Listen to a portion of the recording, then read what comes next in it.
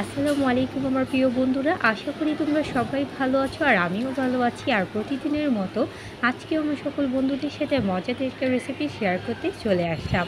আর মা আজকে দুপুরে রান্না করছে অসাধারণ স্বাদের মজাদার পুঁটি মাছের ঝোল রেসিপি।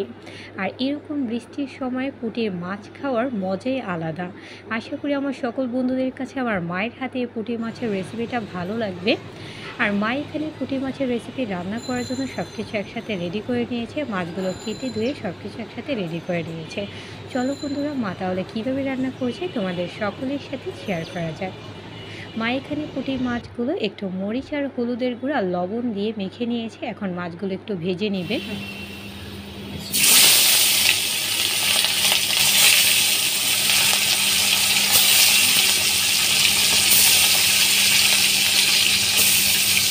একে একে মাছগুলো মা এখানে তেলে ছেড়ে দিল। আর মাছগুলো একদমই হালকা ভাজা দিচ্ছে মা, যেহেতু একদমই ছোট মাছ। আর মাছগুলো অলরেডি মার ভাজা হয়ে গিয়েছে। এখন হচ্ছে মা প্লেটে নামিয়ে নিচ্ছে। আর এখন মা হচ্ছে তেলে অল্প একটু পেঁয়াজ কুচি দিয়ে দিচ্ছে, কারণ যেহেতু ছোট মাছের ঝোল তাই মা বেশি পেঁয়াজ দিচ্ছে না, একদমই পাতলা ঝোল রান্না করবে। আর এখন মা পেঁয়াজটা ভালো করে নাড়াচাড়া দিয়ে লাল করে নিচ্ছে।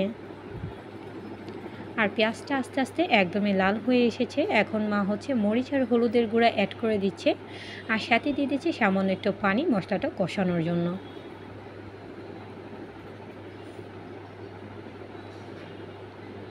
আর মশলাটাতে মা এখন দিয়ে দিচ্ছে অল্প একটু রসুন বাটা, এতে দারুণ একটা ফ্লেভার আসে রান্নাটাতে আর খেতেও ভালো লাগে। দিয়ে এখন ভালো করে মশলাটা কষিয়ে নিচ্ছে। আর সাথে দিয়ে দিচ্ছে হচ্ছে সামান্য পরিমাণ মতো লবণ, দিয়ে আবারও ভালো করে নাড়াচাড়া করে নিচ্ছে। আর এখন মা দিয়ে দিচ্ছে হচ্ছে কাঁচামরিচগুলো ভালো করে মশলাটার সাথে কষিয়ে নিচ্ছে।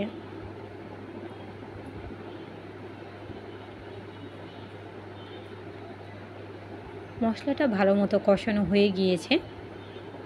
এখন হচ্ছে মা একটু বেশি করে পানি দিয়ে দিল, যেহেতু পুঁটি মাছের ঝোল রান্না করবে। দিয়ে ভালো করে নাড়াচাড়া করে নিচ্ছে।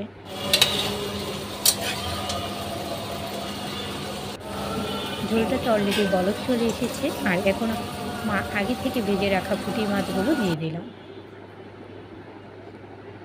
দারুণ একটা ফ্লেভার আসছে বন্ধুরা, যা তোমরা পাচ্ছ না। তোমরা পেতে হলে অবশ্যই কিন্তু আমার মায়ের মতো করে একবার হলেও রান্না করবে, আশা করি ভালো লাগবে।